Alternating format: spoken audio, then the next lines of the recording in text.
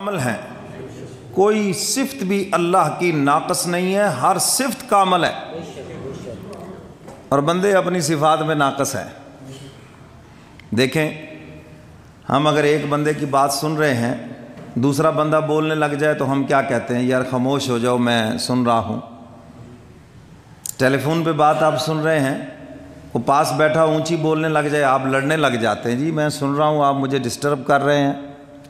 یہ حق تعالیٰ کی شان رحمت ہے کہ ایک ہی لمحے میں، ایک ہی وقت میں پوری مخلوقات کی سن رہے ہیں۔ سمیع بھی ہیں، بصیر بھی ہیں، سنتے ہیں سب کی۔ وہ چیونٹی کی بلوں میں سن رہے ہیں، مچھلی کی دریا میں سن رہے ہیں، انسان کی سن رہے ہیں، جنات کی سن رہے ہیں، ساری مخلوقات کی وہ سن رہے ہیں۔ بات تو صرف اتنی ہے، کوئی سنائے تو صحیح اس کو، ہے کوئی سنائے تو صحیح، اور پھر وہ سنتے ہیں۔ تو اللہ کا سننا کامل ہے۔ آپ جن کو اپنی مشکلات سنا رہے ہیں، وہ تو خود مشکلوں میں پھنسے ہوئے ہیں یا پھنسے رہے ہیں، سنائیں اسے مشکل جو کسی مشکل پہ پھنسا ہی نہیں ہے۔ اللہ کو اپنی مشکلیں سنائیں۔ اللہ کے ولیوں سے پیار ضرور ہونا چاہیے، لیکن ان کی قبروں پہ جا کے اپنی مشکلیں ان کو نہ سناؤ، بلکہ اسے سناؤ جو ان کا بھی مشکل کشا ہے۔ تو میرے محترم سامعین، وہ سب کی سنتا ہے اور ہر وقت سنتا ہے۔ بعض لوگ سمجھتے ہیں شاید صبح کو سنتا ہے، دن کو نہیں سنتا۔ کوئی سمجھتا ہے کہ بڑے خشوع اور خضوع سے مانگے تو پھر سنتا ہے، شاید ویسے نہیں سنتا۔ دعا ہمارے دل سے زبان پر آنے میں دیر لگتی ہے، مگر پروردگار کے دربار میں اس سے بھی پہلے سن لی جاتی ہے۔ کوئی سنائے تو صحیح اس کو، وہ تو گونگے کی بھی سنتا ہے، بولنے والے کی بھی سنتا ہے، زبان والوں کی بھی سنتا ہے، بے زبانوں کی بھی سنتا ہے، سب کی سنتا ہے، اور دیکھتا بھی سب کو ہے، اس کا دیکھنا بھی کامل ہے۔ مثال دے کے سمجھایا مشائخ نے، سیاہ چونٹی ہو، سیاہ رات ہو اور سیاہ چٹان ہو، اور اس کے اوپر وہ چل رہی ہو، تمہارا پروردگار اس کو بھی دیکھ رہا ہے۔ اور اپنے محبوب سے یہی تو فرمایا، بھی اعیننا، یہ آپ کو ستا رہے ہیں، تکلیفیں دے رہے، آپ ہماری آنکھوں کے سامنے ہیں۔ اللہ والوں نے بتایا کہ راز ہی اس میں یہ ہے کہ سارا دکھ ختم ہو گیا، کہ جس کے لیے تکلیفیں اٹھا رہا ہوں وہ خود ہی فرما رہے ہیں کہ ہم دیکھ رہے ہیں، آپ ہماری آنکھوں کے سامنے ہیں۔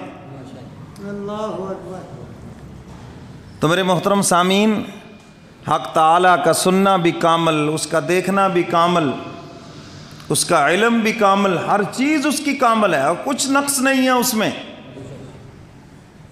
اور کبھی بھی مایوس نہ ہونا اس کی رحمت سے۔ مایوسی کفر ہے، دعا کی قبولیت میں تاخیر ہو جائے، مایوس نہ ہونا۔ اللہ کے ہاں لکھا ہوا ہے، یہ دعا 100 مرتبہ مانگو گے پھر ہم یہ نعمت دیں گے۔ اب تم 3 مرتبہ مانگ کے تھک گئے ہو، 2-4 مرتبہ دعا کرا کے تھک گئے ہو، اس کے ہاں لکھا ہوا ہے یہ نعمت ہم اس عمر میں دیں گے، یہ نعمت ہم بڑھاپے میں دیں گے، یہ نعمت ہم آخری عمر میں دیں گے، خدا کے ہاں یہ لکھا ہوا ہے۔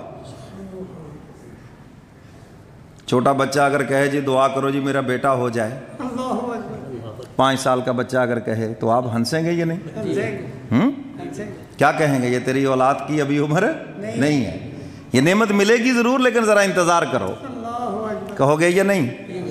یہاں پر اگر عقل کام کرتی ہے تو ادھر کیوں کام چھوڑ جاتی ہے؟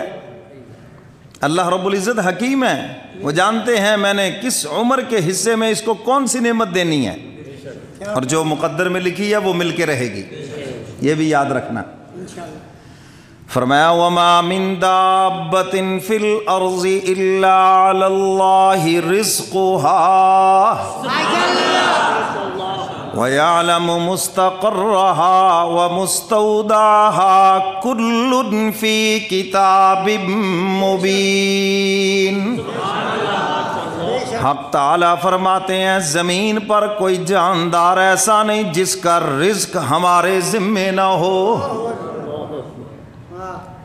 اور فرمایا ہم تمہارے عارضی ایڈریس کو بھی جانتے ہیں اور مستقل ایڈریس کو بھی جانتے ہیں،